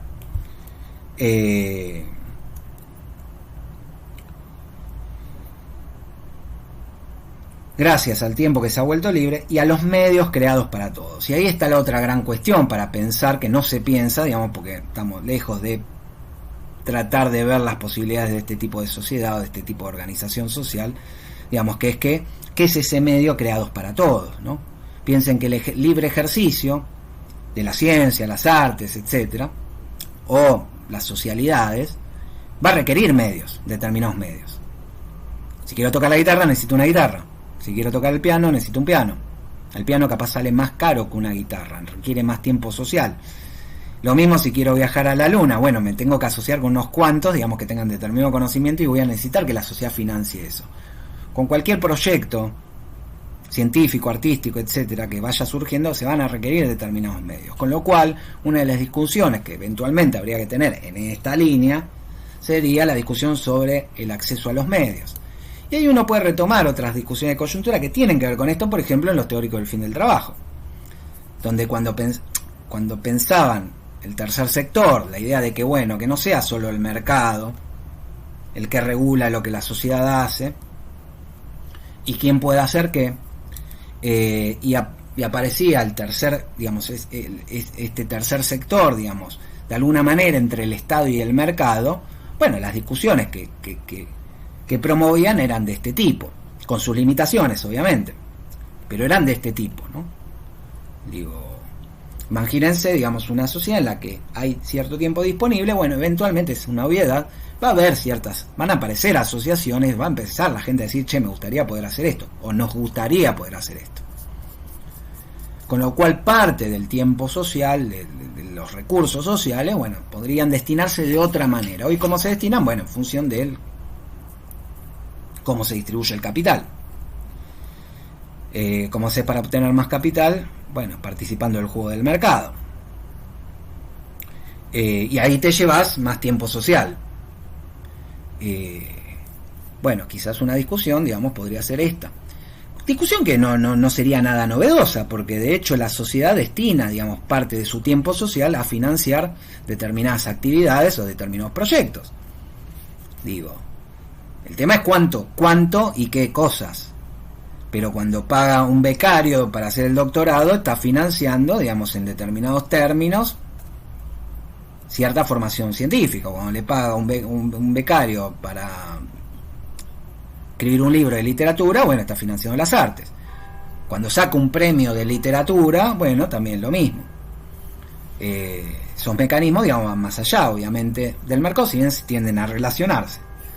Pero bueno, esa sería un poco la discusión sobre los medios, que es una discusión que está asociada respecto a la calidad de ese tiempo libre. Y lo mismo, otra cuestión educativa fundamental, que es cómo la sociedad genera oportunidades para los desarrollos vocacionales, ¿no? Cómo una sociedad puede ampliar, digamos, esas posibilidades de ejercicio vocacional. Digo, y la vocación es todo un tema, ¿no? Digo, se da a veces medio por azar y por posibilidad de acceso. No es lo mismo si fuiste a tal colegio o a tal otro, si tenés libros en tu casa que de chico no, si te cruzaste capaz con alguien que te llamó la atención y te dio algo que, ¿no? Yo pasé por no sé, tenía una flauta dulce, a mí la música nunca me probé, tenía también una cítara de chico, tocaba, no sé, nunca me enganchó. Pero bueno, me enganchó otras cosas. Puede pasar que no te enganche nada, que general muchas veces por falta de acceso, ¿no? Por falta de acceso. Pero bueno, esa prueba, ese ensayo, por lo menos se deberían ampliar, digamos, las posibilidades vocacionales de los individuos en otra organización que tenga en mente esto. Pero bueno, en cualquier caso nos encontramos acá una linda, así como encontramos en El Capital, en varios lados, ¿no? Varios fragmentos que indican qué es lo que Marx estaba pensando cuando pensaba la emancipación, no como un tratado sobre la emancipación humana, pero sí en términos de, bueno, qué es lo que más o menos tenía en la cabeza. Acá me parece que nos encontramos con una linda oración, digamos, bastante rica, y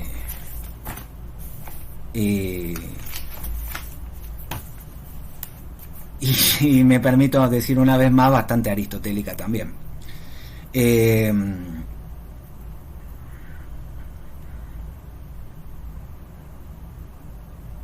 Bueno, retoma, ya estamos cerrando, ¿no?, el fragmento, pero retoma Marx luego, de hecho en la misma página, el tema de las condiciones materiales para esa escena. Nos dice: las fuerzas productivas y las relaciones sociales, unas y otros aspectos diversos del desarrollo del individuo social, se le aparece al capital únicamente como medios, y no son para él más que medios para producir fundándose en su mezquina base. In fact, empero, constituyen las condiciones materiales para hacer saltar esa base por los aires. No digo, efectivamente, digamos, de alguna manera el capital canaliza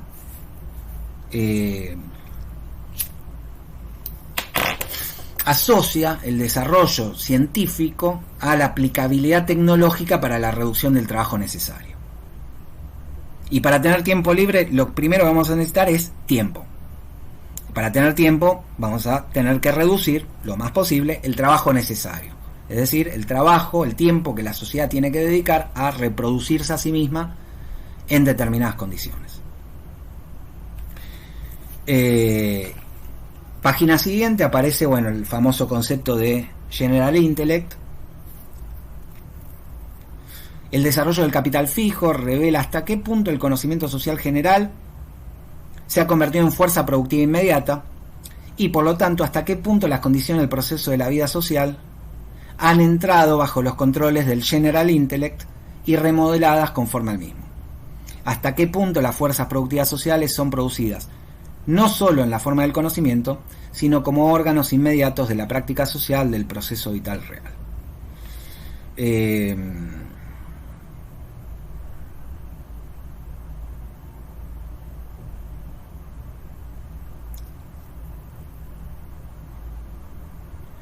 Bueno, y ya vamos cerrando. Tengo otras dos referencias simplemente para incluir. Una tiene que ver contra la contradicción, digamos, entre, si se quiere, tiempo disponible y tiempo libre. Nos dice Marx, su tendencia, es decir, la tendencia del capital, es siempre, por un lado, la de crear disposable time, tiempo disponible. Por otro, dice, to convert it into surplus labor, es decir, por otro, la de convertirla en plus trabajo. Vamos de nuevo. Su tendencia, empero, es siempre, por un lado, la de crear tiempo disponible, por otro, la de convertirlo en plus trabajo. Si logra lo primero demasiado bien, experimenta una sobreproducción. Las crisis de sobreproducción que vimos la clase sobre antiproducción. Y entonces interrumpirá el trabajo necesario, porque el capital no puede valorizar plus trabajo alguno. Es el problema de la realización, ¿no? Digo, el plus trabajo se tiene que realizar en una mercancía se realiza cuando va al mercado y es adquirida, digamos.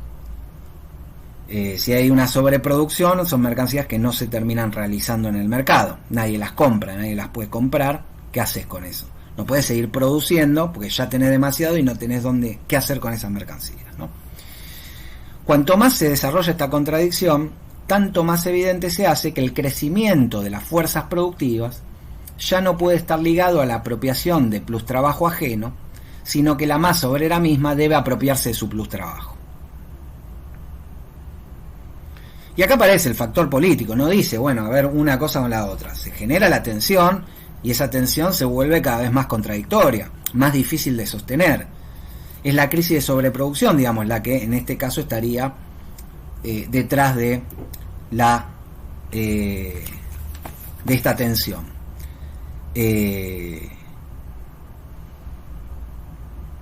Frente a esa tensión, bueno, aparece esta idea de la apropiación, ¿no? El trabajador debe apropiarse de ese plus trabajo. Y con esto cierro, es la última referencia que tengo del fragmento. Una vez que lo haga, ¿no? Es la oración inmediatamente siguiente de esta que acabo de leer. Una vez que lo haga, es decir, una vez que la masa obrera se apropie de su plus trabajo, y con ello el tiempo disponible cesará de tener una existencia antitética, por una parte el tiempo de trabajo necesario encontrará su medida en las necesidades del individuo social, y por otro el desarrollo de la fuerza productiva social será tan rápido que, aunque ahora la producción se calcula en función de la riqueza común, crecerá el tiempo disponible de todos, ya que la riqueza real es la fuerza productiva desarrollada de todos los individuos. Ya no es entonces en modo alguno el tiempo de trabajo la medida de la riqueza, sino el tiempo disponible, el tiempo libre. Bueno, corolario.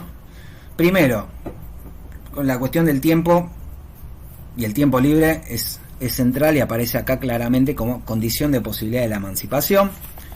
Creo que merece, en función de esas ideas de emancipación que uno puede encontrar aquí y allá, pensar cualitativamente el contenido conceptual de esa idea de tiempo libre. No es tan simple como decir, bueno, tiempo para todos, ¿no? Digamos, requiere determinadas condiciones, determinados accesos a los medios productivos, a los medios de producción, digamos, al desarrollo personal, a la formación personal, etcétera. Y esta otra idea, la riqueza real, es la fuerza productiva desarrollada de todos los individuos, ¿no? De alguna manera, habíamos dicho que en torno a la idea de trabajo productivo, el concepto de trabajo productivo, aparecía la riqueza material, los valores de uso, las fuerzas productivas y, en última instancia, en el capitalismo, lo que define al concepto de trabajo productivo, que es la plusvalía. Bueno, acá aparece esta idea de que la riqueza real, en última instancia, es la fuerza productiva desarrollada de todos los individuos. Esa fuerza productiva social que, de acuerdo a lo que plantea acá en el fragmento sobre las máquinas, tiene quizás como mayor punto de anclaje el desarrollo de la ciencia y de la técnica, ¿no? De la tecnología. De nuevo, yo entiendo que no es muy distinto, digamos, a planteos clásicos e incluso al planteo que un poco sorprendentemente encontramos sobre el final del Antiedipo, cuando Deleuze y Guattari traían a colación el Nietzsche de Klossowski, donde aparecía también la ciencia y las artes como una suerte de ideal emancipatorio, o por lo menos, digamos, como la base para la profusión de nuevas líneas de fuga, digamos. Creo que son cuestiones que se pueden de alguna manera forzar, digamos, para profundizar en distintos aspectos, y quizás tienen, esto voy a repetir algo que también ya había mencionado, implicancias más directas, digamos, en el contexto, digamos, coyuntural de nuestras realidades, ¿no? Digo, a partir de acá uno puede construir una justificación, digamos, por ejemplo, para determinada posibilidad de acceso a la educación superior, o a determinada forma de construcción de la educación a otros niveles. Ahí es donde quizás Illich pueda aportar también, ¿no? Donde aparece, digamos, también, digamos, la idea de tecnología convivencial y determinadas tecnologías, digamos, que generan determinado tipo de relaciones que tienden a promover la autonomía y, por tanto, cierto desarrollo libre de los individuos y de las relaciones de los individuos entre sí, de los grupos sociales y demás. Y quizás da también otra perspectiva que creo que no contradictoriamente con lo que encontramos en el fragmento,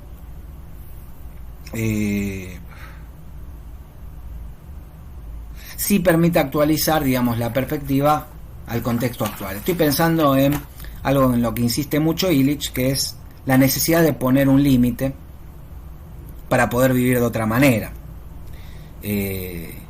Necesidad que es que también tiene la firma de Aristóteles por todos lados, ¿no? Recuerden, digamos, obviamente, la diferencia entre economía y crematística. La economía está dada por las condiciones materiales para la vida buena en la polis, que es lo que define a la política. La vida buena. Las condiciones, la economía se ocupa de generar de la manera más eficiente posible esas condiciones materiales. Pero la vida buena es el límite de la economía, que hace que la economía sea economía y no crematística. Cuando el límite se pierde, cuando el medio, que es la maximización de la relación medios-fines, se vuelve un fin en sí mismo, o sea, cuando la búsqueda de la riqueza, o la maximización de la riqueza, que es un medio para la vida buena, digamos, para la obtención de las condiciones materiales de la vida buena, se vuelve un fin en sí mismo, la economía se convierte en crematística. El capitalismo no es muy distinto que la crematística hipostasiada en modo de producción. Con lo cual, digamos, creo que aparece esta otra cuestión, que en el contexto del debate en torno al aceleracionismo, el decrecimiento, bueno, me parece que le da un punto interesante para discutir, por lo menos a la perspectiva decrecionista. Bueno, ¿qué límite es necesario imponer para determinado tipo de vida? Pues además, por otro lado, y hay otra cuestión, otra razón, me permito añadir, que es que cuando uno avanzábamos la vez pasada con el tema de las crisis de sobreproducción, pero al mismo tiempo con los mecanismos de antiproducción, podíamos vislumbrar, digamos, cierta proyección de sustentabilidad del capitalismo. Y hay que tener cuidado con eso.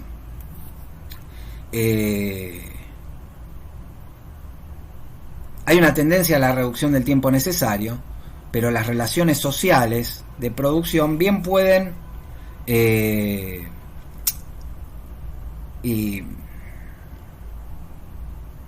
estancarse en función de otro tipo de mecanismos, ¿no? Digo, hay fuerzas compensatorias. Mencionaba recién el tema, el trabajo necesario, por ejemplo, está históricamente dado, puede cambiar. Si yo genero nuevas necesidades, en la línea de Marcuse, necesidades falsas, si me permiten usar ese concepto polémico, pero simpático, por lo menos a mis ojos, amplío el trabajo necesario. Hago que la sociedad tenga que trabajar más para producir un montón de espejitos de colores. ese es un mecanismo de estabilización, por ejemplo. Y lo que eran los mecanismos de antiproducción, la obsolescencia, bueno, la publicidad, bueno, las formas más imperialistas, colonialistas, el militarismo, también, digamos, son todas formas de compensación. Y eventualmente, además, uno puede pensar tranquilamente un escenario que probablemente ya no sería capitalista, pero donde hay una producción plenamente automatizada y, sin embargo, no hay un acceso universal, generalizado, equitativo a los resultados de esa producción. Y ahí remito una vez más a aquel capítulo de Black Mirror, ¿no? Digo, el de la bicicleta. Ahí lo que queda es el aspecto de regulación social del capital, con una completa disociación de lo que es la relación entre valor de uso y valor de cambio. El chiste de ese capítulo es pensar que, les recuerdo, era el de una sociedad que está en bicicletas fijas y les daba una serie de créditos en función de cuánto pedalearan. Uno podía presuponer, les podían decir, está produciendo energía. Lo dudo porque era una sociedad tecnológicamente avanzada todavía. En cualquier caso, el punto es que hay dos puntos. Primero, con esos créditos podían comprar avatares para sus individuos virtuales o acceder a ciertos reality shows. Sus habitaciones eran 2x2, todas blancas con una pantalla, ¿no? Ahora, el chiste es que uno podría pensar que en realidad no producían nada, no producían energía, simplemente pedaleaban. Con lo cual, lo que justificaba ese mecanismo era el carácter de regulador social de lo económico, y no la producción material que se supone está detrás de la producción de valor de cambio, digamos, ¿no? De la riqueza formal. Y esa asociación, por tanto, no es imposible, la disociación, y tener, de hecho, una economía, digamos, que simplemente cumple la función de ser regulador social. Uno puede pensar, digamos, un escenario donde hay una plena automatización y se generan determinados mecanismos para acceder a algo que puede ser infinitamente abundante. Un poco lo que pasa con las patentes y los derechos de autor es que te marcan la pauta de que se pueden diseñar instituciones que van a funcionar perfectamente bien pese a su carácter completamente artificial.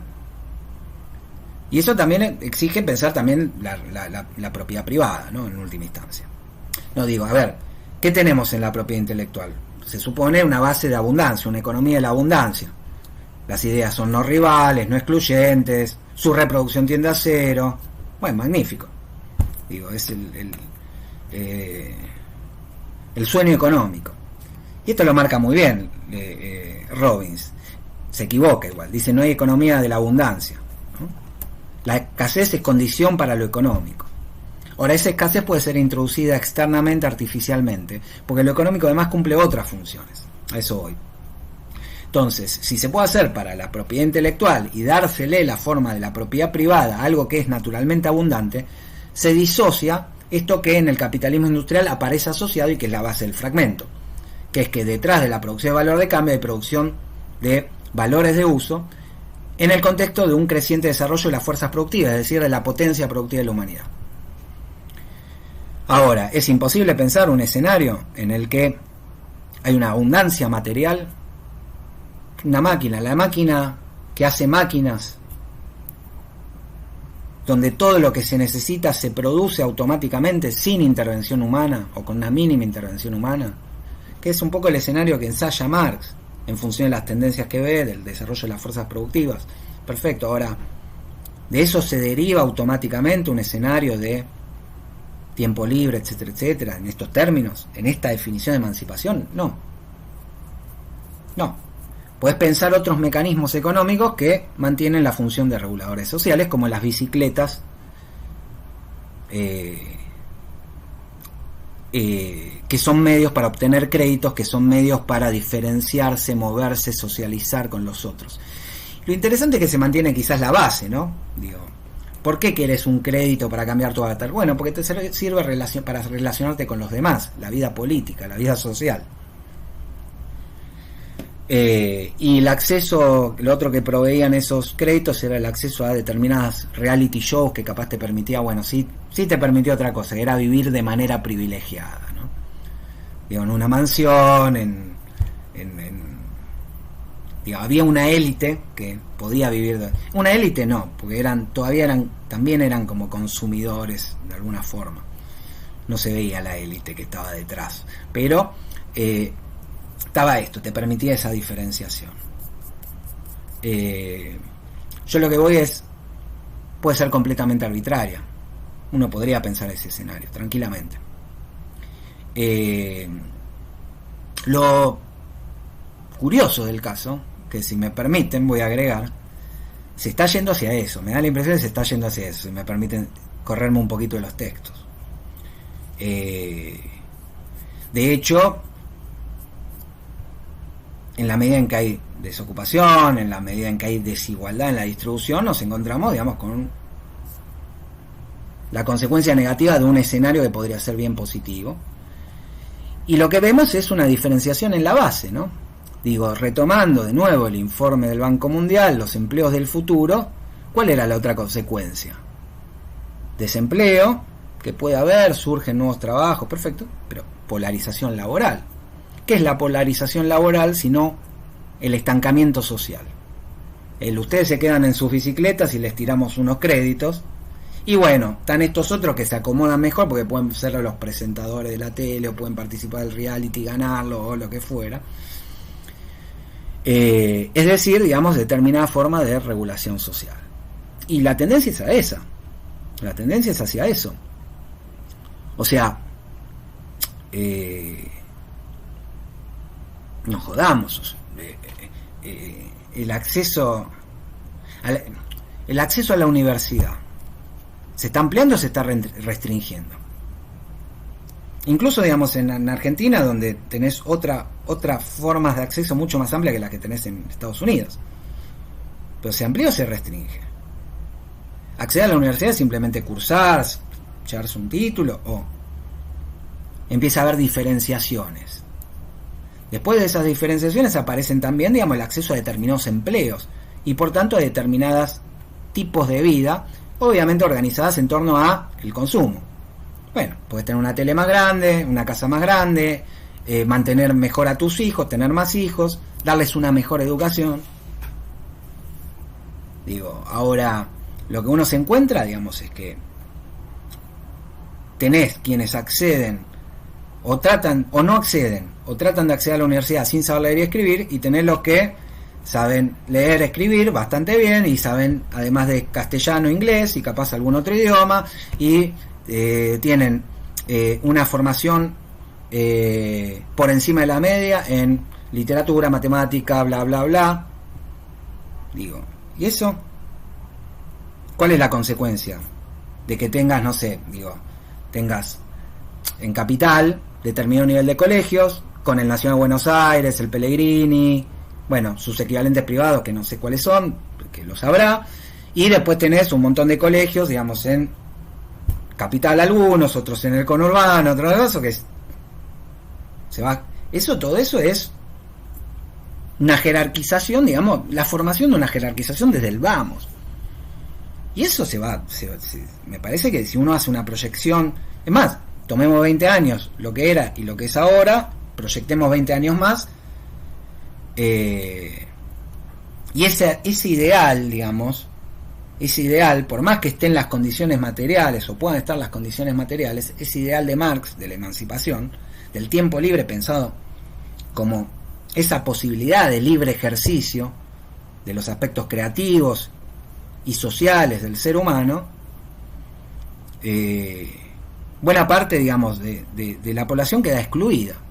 Y no solo eso, sino que parece que la sociedad se va a organizar en torno a empleos de baja gama de un lado y de alta gama del otro, ambos siendo nada. La diferencia es, ya digo, yo no veo mucha diferencia entre ser, creo que me quedo con, si tengo que elegir, repartidor de Rappi que community manager, pero no veo una gran diferencia más allá de la diferencia de salario que pueda llegar a haber. Y bueno, y después, bueno, el trabajo de élite como quizás investigador científico tecnológico, también, de nuevo, ¿en qué términos? ¿En qué términos, digo, ¿no? Digo, conocemos los campos disciplinares, digamos, que los regulan, etcétera. Y ahí sí aparece el factor político. Ahí sí aparece el factor político, bueno, ¿qué es lo que hace la diferencia? Bueno, quizás no es una cosa, son varias cosas, una sumatoria de cosas. Y ahí puede ser relevante, en todo caso, bueno, el ideal. Un ideal como este, digamos, en sentido de término ideal, en este caso el ideal emancipatorio, bueno, y ver cómo se hace para afectar, digamos, las condiciones para poder realizar un tipo de ideal así. Pero en cualquier caso, el punto es que si uno ve la coyuntura, el contexto, el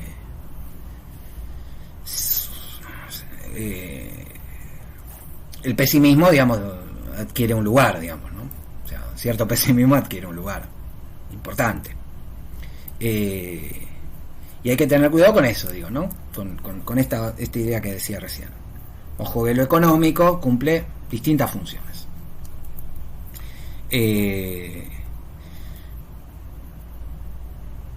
Yo después, no sé, para mí el texto de Illich es interesante como para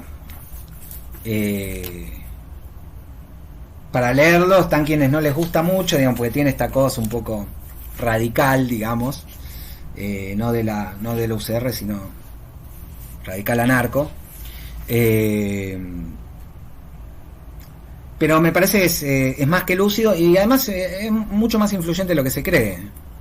De hecho, bueno, el otro día en el Antidipo les traje la cita de Illich, y aparecen toda una serie de referencias de los últimos 50 años en determinadas líneas, ¿no? Obviamente muy influyente en la línea del decrecimiento económico, puntualmente en Latouche, Serge Latouche, pero también otros teóricos, propio Foucault, Deleuze. Una vez que le prestan atención al nombre, que es similar al personaje de Tolstoy, lo van a encontrar recurrentemente en cierta teoría política más contemporánea.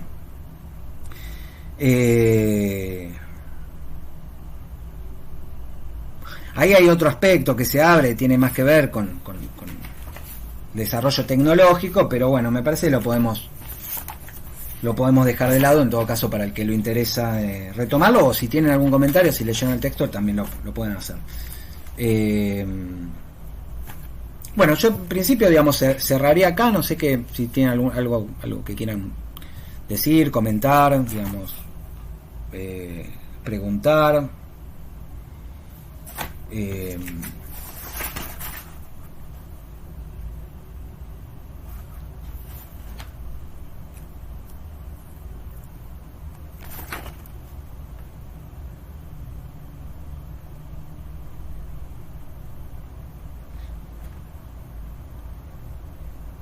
Uh-huh.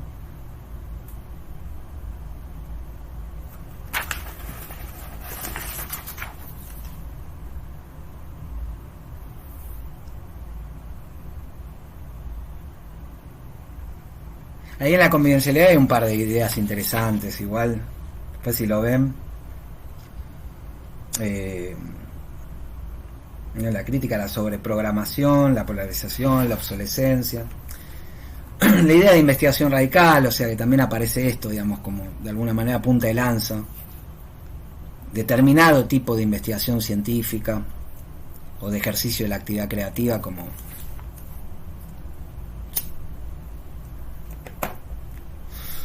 alternativa real, etcétera.